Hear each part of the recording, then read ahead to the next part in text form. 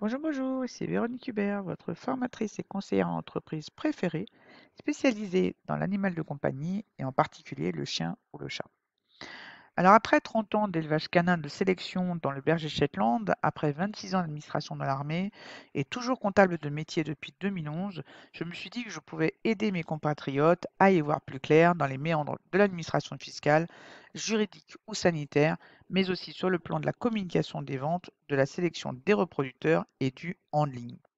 Aujourd'hui, on va essayer de savoir comment faire quand on a une activité d'élevage, que ce soit de chiens ou de chats, et un emploi à côté, qu'il soit salarié ou indépendant. Beaucoup d'éleveurs le font, d'autres n'arrivent même pas à le concevoir. Pour ma part, ça a toujours été possible. J'ai élevé pendant 30 ans et travaillé à temps plein à côté pendant 26 ans. Après, les conditions peuvent être différentes d'une personne ou d'un foyer à un autre, selon l'espèce, selon la race ou les races, hein. Ça peut être plus compliqué sur le plan du temps, des installations, de la situation géographique, des moyens financiers par exemple.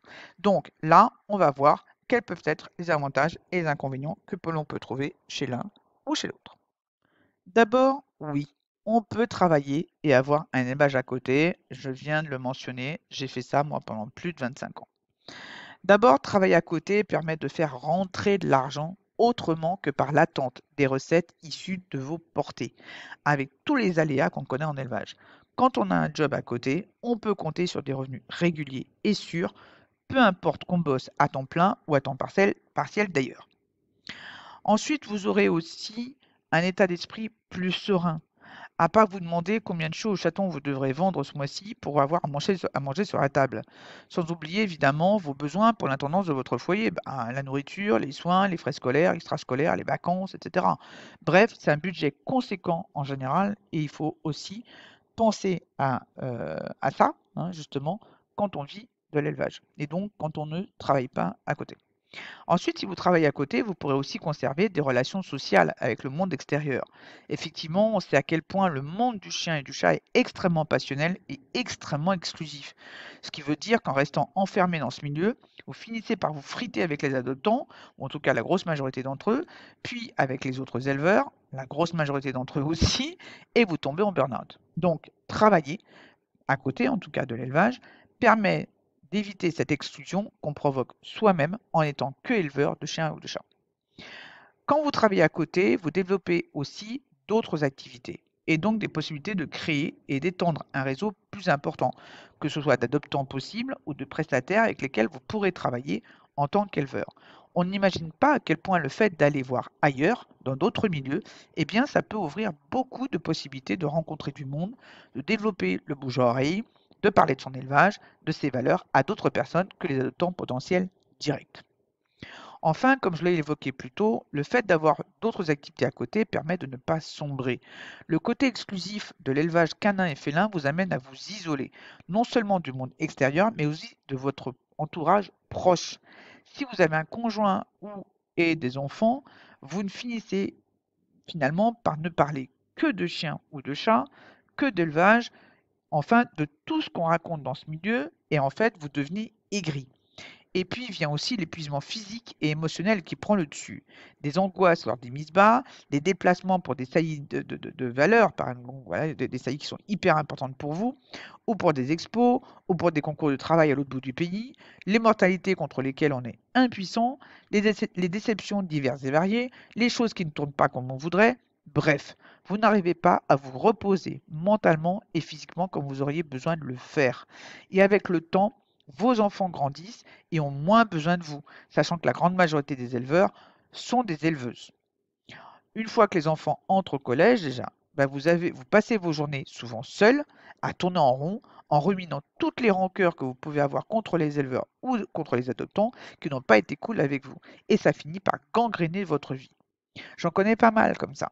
D'accord? Donc méfiez-vous de ça parce que finalement, on tombe très vite dedans sans s'en apercevoir. Donc oui, travailler à côté permet de ne pas sombrer dans ce côté exclusif, extrêmement trop passionnel et de voir autre chose d'une certaine façon, d'avoir, on va dire, de rencontrer des personnes diverses et variées, d'avoir affaire à des gens variés, d'avoir affaire à des situations variées et donc de ne pas, on va dire, se cloisonner à quelque chose qui va nous détruire, hein, d'accord? Voilà.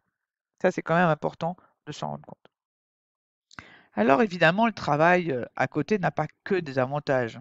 S'il y a bien un bonheur sans mélange qu'on apprécie quand on se consacre uniquement à l'élevage, c'est le temps, notamment pour s'occuper de tout le côté administratif et pratico-pratique de l'activité.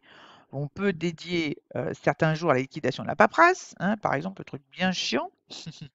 On peut se déplacer quand c'est nécessaire pour prendre des rendez-vous auprès des organismes publics. On n'a pas à se demander qu'on doit sortir à telle heure du travail ou peut-être prendre une demi-journée de congé ou sortir plus tôt du boulot au risque de se faire, comme on dit, enguirlander par le patron parce qu'on n'a pas fini un truc, etc. On peut également, évidemment, assurer ses portées et la gestion de ses animaux au quotidien en toute tranquillité. Ensuite, évidemment, on a le temps de voir grandir ces chiens, ces chats et surtout ces bébés. On peut les voir évoluer aussi bien physiquement que sur le plan du caractère. On peut détecter chez eux, donc chez ceux qu'on a gardés, en fait, les premières qualités et les premiers défauts aussi. Bon. En pouvant les garder quelques semaines de plus, on peut les observer, apprendre à les connaître, pour pouvoir les placer dans les familles qui leur conviennent le mieux et ainsi éviter les retours. De même pour ceux qui gardent de futurs sujets d'exposition ou de travail, les éleveurs peuvent les entraîner, les habituer, les former en quelque sorte à ce qui les attend, que ce soit des expos, des concours de travail.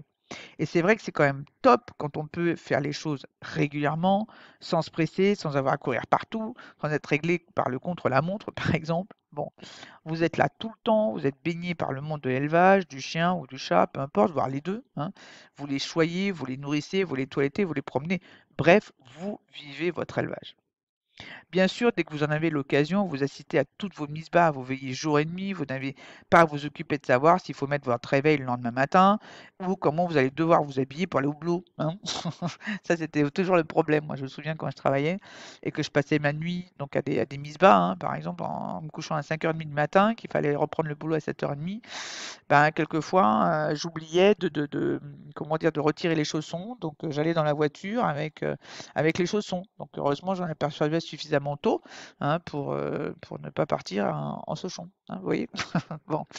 Sans oublier les portées que vous devez surveiller 24 heures sur 24, hein, pendant les 3 premières semaines dans des races de chiens où la mère risque de les écraser si on la quitte des yeux ne serait-ce que 10 minutes, quoi, hein.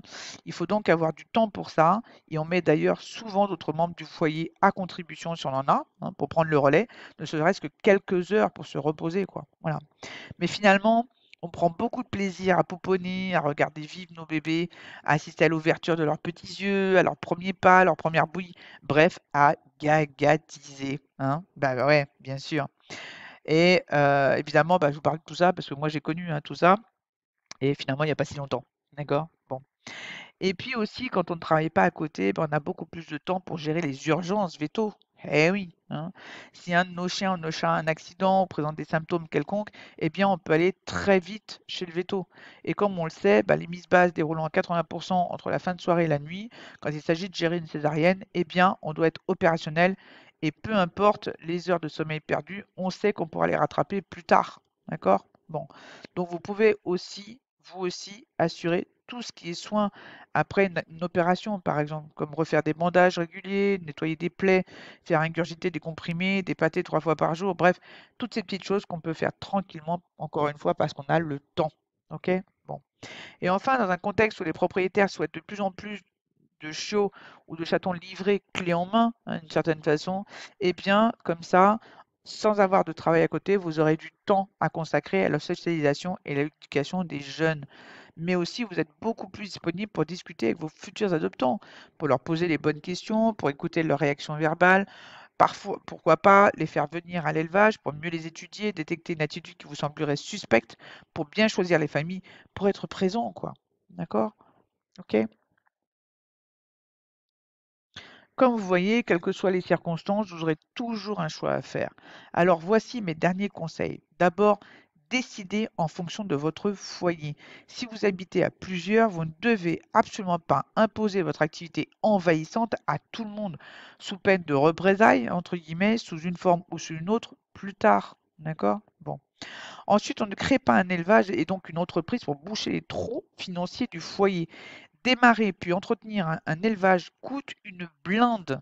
Alors réfléchissez à ce que vous pensez dégager comme recette de cette activité, aux frais qui seront engendrés, en comptabilisant les aléas bien sûr, et demandez-vous si vous aurez déjà de la marge, et en fait ce que vous pourrez faire pour vivre vous aussi avec les revenus uniquement d'élevage. Sinon, pensez à avoir une autre activité, salariée ou indépendante, à mi-temps ou à temps partiel, quel est un rapport avec les animaux ou pas. Ensuite, n'oubliez pas qu'en l'état actuel des choses, vous n'aurez pas beaucoup de choix. Soit vous décidez de ne vivre que de l'élevage, et dans ce cas, il faut vous convaincre que vous devrez posséder au moins 30 à 40 chiens ou chats pour produire entre 10 à 15 portées minimum par an. Soit vous souhaitez garder un élevage à taille familiale, et il faudra forcément trouver d'autres revenus ailleurs. N'oubliez pas aussi que si vous voulez garder un petit élevage familial, bon, on va dire entre 2 et 6, 7 portées par an. Et puis entre 5 et 10, 15 chiens ou chats, hein, on va dire ça comme ça. Mais que vous ne voulez pas travailler à côté, n'oubliez pas que vous avez la MSA qui va faire des contrôles beaucoup plus assidus maintenant qu'elle est greffée aux impôts, d'accord? Ça veut dire qu'elle sera tout à fait au courant de ce que vous gagnez comme revenu avec ou sans l'élevage. Et si vous n'avez pas de raison, en tout cas de justification à donner sur le fait que vous ne pouvez pas travailler à côté ou pas complètement, par exemple si vous n'êtes pas en situation de handicap ou d'invalidité, si vous n'avez pas d'enfant en bas âge, si vous n'êtes pas au chômage, si vous n'êtes pas ci, si vous n'êtes pas ça, si vous n'êtes pas capable de justifier ça, eh bien, vous serez les premiers contrôlés et dans ce cas-là, vous serez à même de passer en statut de chef d'exploitation avec 3 000 € minimum de cotisation à payer par an, hein. Donc n'oubliez pas ça. Ok. Donc si vous voulez garder un élevage familial, c'est-à-dire avec peu de portée, peu d'animaux, eh bien, il n'y a pas de choix. Vous serez obligé d'aller travailler à côté. Enfin, quand vous ferez ce choix, pensez à votre sécurité et surtout à celle de vos enfants. En asseyant votre vie sur celle du ventre de vos chiennes ou de vos chattes, vous prenez le risque de tout perdre du jour au lendemain. Une épidémie, des saillies qui ne fonctionnent pas, des mortalités un peu plus importantes que d'habitude et des crédits qui sont assurés sur des recettes un peu surestimées et c'est la catastrophe.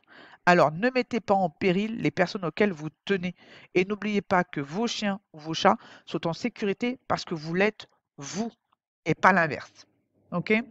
Voilà, j'espère que tous ces petits conseils vous auront été utiles. Je vous retrouve dans une prochaine vidéo. À bientôt!